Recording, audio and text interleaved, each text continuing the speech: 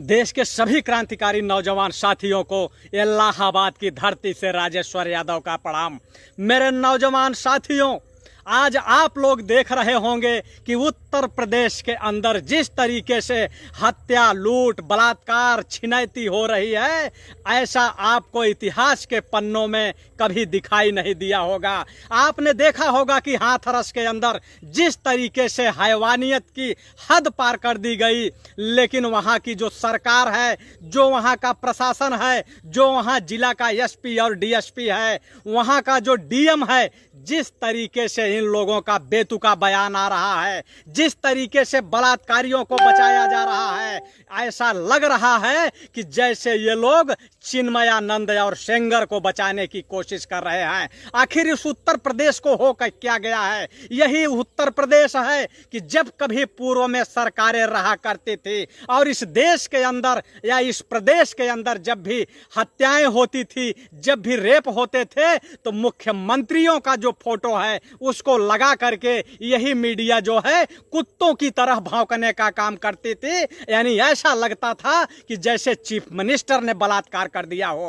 और आज पूरे उत्तर प्रदेश के अंदर ऐसा कोई दिन नहीं है कि जिस दिन गरीबों की बेटियों के इज्जत को सड़कों पर नीलाम किया जा रहा है, कभी उनको तेजाब डाला जा रहा है, कभी उनको आग के हवाले किया जा रहा है और कभी उनके गर्दन की हड्डियां तोड़ दी जा रही हैं। लेकिन ये जो सरकार है, यह सरकार क्या कर रही है? केवल 3 तलाक, लव जिहाद और एनआरसी के मुद्दे पर ही ये जो है ये सरकार कानूनी प्रक्रिया को और अपराधियों को खोजने की कोशिश करती है। मैं योगी आदित्यनाथ को चेतावनी देना चाहता हूं और उनसे ये पूछना चाहता हूं कि ये दोगली नीति करना आखिर आप लोगों को आता कहां से है? यही जब एनआरसी के मुद्दे पर जब पूरे देश के अंदर आग लगी हुई थी और जब लोग आंदोलन सड़कों पे कर रहे थे, तो उस समय जो है आंदोलनकारियों को खोजने का काम किया जा रहा था और यही बोल रहे थे कि हम जो है इन आंदोलनकारियों की जमीनें नीलाम करेंगे क्योंकि ये संपत्ति को नुकसान पहुंचाए हैं। और यही दोगले मुख्यमंत्री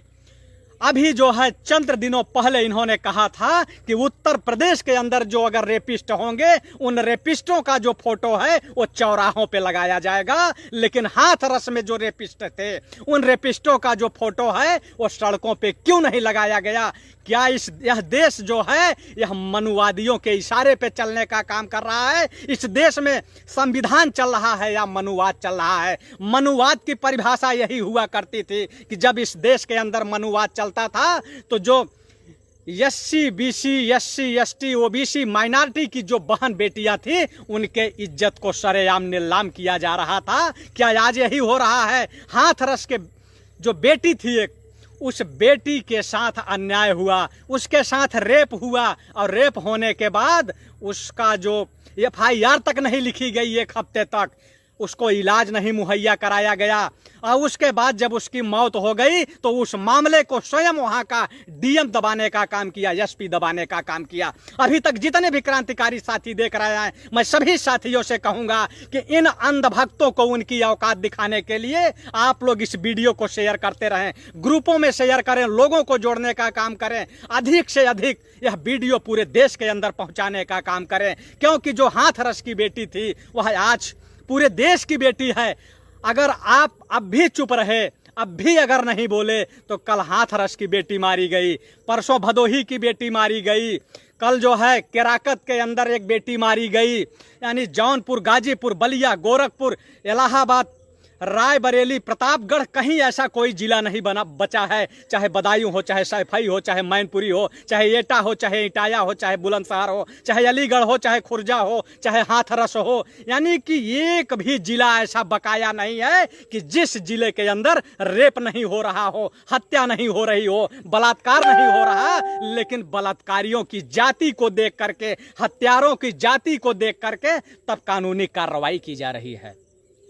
आज उत्तर प्रदेश के अंदर अगर एक मोटरसाइकिल का चालान हो रहा है बिना मास्क का, बिना हेलमेट का, तो वहां भी जाति को देख करके उसके बाद चालान किया जा रहा है। आखिर मैं ये पूछना चाहता हूं कि क्या इस देश के अंदर जो दोषी है, क्या वह मुसलमान ही होता है या एससी होता है या एसटी होता है? यानी कि अगर अपराधी अगर ऊंची जाति से है, अपराधी अगर सामंतवादी है, अपराधी अगर पूंजीपति है और पूंजीवादी है, तो उसके ऊपर कानूनी कार्रवाई नहीं होगी, सीधे जो है पीड़ितों को दबाने की कोशिश की जाएगी। आज पूरे उत्तर प्रदेश के अंदर एक भी ऐसा थाना नहीं बचा है, एक भी चौकी ऐसी नहीं बची है जहां पीड़ितों को सही न्याय मिल सके। जहां भी अगर कोई लोग जाते हैं थाने पर, चौकी पर न्याय के लिए, तो वहां जो है आजकल जो भाजपा के गुंडे हैं, भाजपा के दलाल हैं, वो दलाल वहां पहले से पहुंचे होते हैं और वो जब तक उनका फोन नहीं जाता है किसी का FIR दर्ज नहीं होता है। आज आप देख लीजिए कि पूरा देश रो रहा है, पूरा देश तांडव कर रहा है, लेकिन जो सरकार है, यह निकम्मों की सरकार कहीं जो है जू नहीं रेंगने का काम कर रही है। शर्म आनी चाहिए वहां के हाथरस के DM को, शर्म आनी चाहिए वहां के SSP को कि जब ये लोग एक पीड़िता का जो है, एक जिसके साथ हैवानियत हुई, बलात्कार हुआ, रेप हुआ, और वहां का DM, वहां का SP, वहां का IG, वहां का DIG ये कह रहा है कि उसके साथ रेप नहीं हुआ, उसको गला दबा के मारने की कोशिश की गई। लेकिन आप लोगों ने देखा होगा कि जिस तरीके से पीड़िता का बयान आया, पीड़िता का वीडियो वायरल हुआ जिसमें वो खुद कह रही है कि मेरे साथ रेप हुआ है, मेरा गला दबा के जो है मारने की कोशिश की गई है। लेकिन आप देख रहे होंगे कि उस बेटी की लाश जब आती है पोस्टमार्टम होके और उसके बाद 2 बजे रात लाश जला दी जाती है। वह दिन याद आता है हम लोगों को कि जब आप लोगों ने देखा होगा कि एक साधारण आदमी पुष्पेंद्र यादव, आप लोगों ने सुना होगा, झांसी के अंदर, जिसको कि एक माफिया बता करके, खनन माफिया और गुंडा बता करके एक जातिवादी कीड़ा उसके भेजा में गोली मारा था और उसकी लाश को पेट्रोल डाल के जलाने का काम किया था। आज ठीक उसी तरीके से हाथरस के अंदर उस बेटी का हाल हुई है कि 1:30 बजे रात उस लाश को दबा दिया गया है, यानी कि दोबारा पोस्टमार्टम न कराया जाए, इसलिए दबा दिया गया है। लेकिन यही अगर कहीं अगर सामंतवादियों की बेटी रही होती तो अब तक रेपिस्टों का इनकाउंटर हो चुका रहा होता, उनका इनकाउंटर हो गया होता, उनको गोली मार दी गई होती। लेकिन एक दलित की बेटी की इज्जत क्या होती है, एक गरीब की बेटी की इज्जत क्या होती है, एक किसान की बेटी की इज्जत क्या होती है, एक मजदूर की बेटी की इज्जत क्या होती है, यह आपको हाथरस में देखने को मिलेगा कि वहां जो भी नेता अगर विपक्ष का भी अगर जाने की कोशिश कर रहा है तो उसको धक्के मार के पुलिस भगाने का काम कर रही है, उसे रोकने का काम कर रही है। आज जब सड़क पर लोग आंदोलन कर रहे हैं तो उनको दबाने की कोशिश की जा रही है, उनको मारने की कोशिश की जा रही है।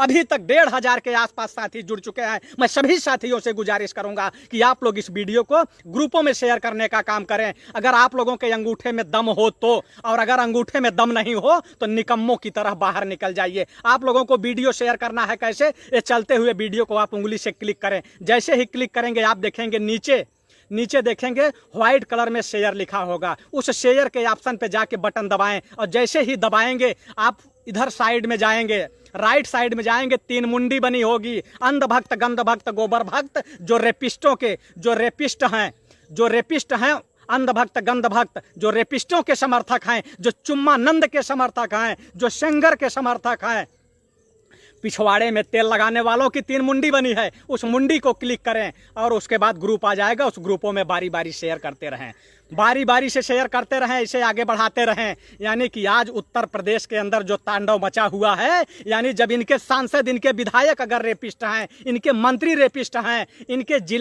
इनके जो पदाधिकारी हैं, संगठन के कार्यकर्ता हैं, वह कोई रेपिस्ट है तो कोई जो है फिरौती मांगने वाला है, कोई अपराधी है, तो आज उत्तर प्रदेश के अंदर रेप अपराध जो है अपने चरम पे पहुंच चुका है। लेकिन कोई भी मीडिया के लोग, चाटुकार, दल्ला, ये भड़वागिरी करने वाले लोगों की जो है, इनके जो है जू नहीं रेंग रही है इनको कानों में कि कम से कम उस खबर को ये चलाने का काम करें, खबर को दिखाने का काम करें, वहां के DM SP को सस्पेंड कराने की मांग करें।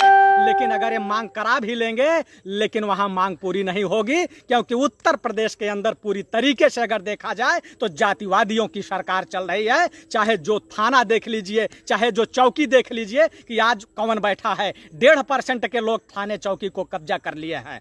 यानी कि ये लोग जो है, कभी ब्राह्मण गोली मारा जा रहा है, कभी जो है OBC की बेटियों का रेप हो रहा है, OBC को गोली मारा जा रहा है। यानी सिर्फ पूरे देश के अंदर एक जाति का कब्जा।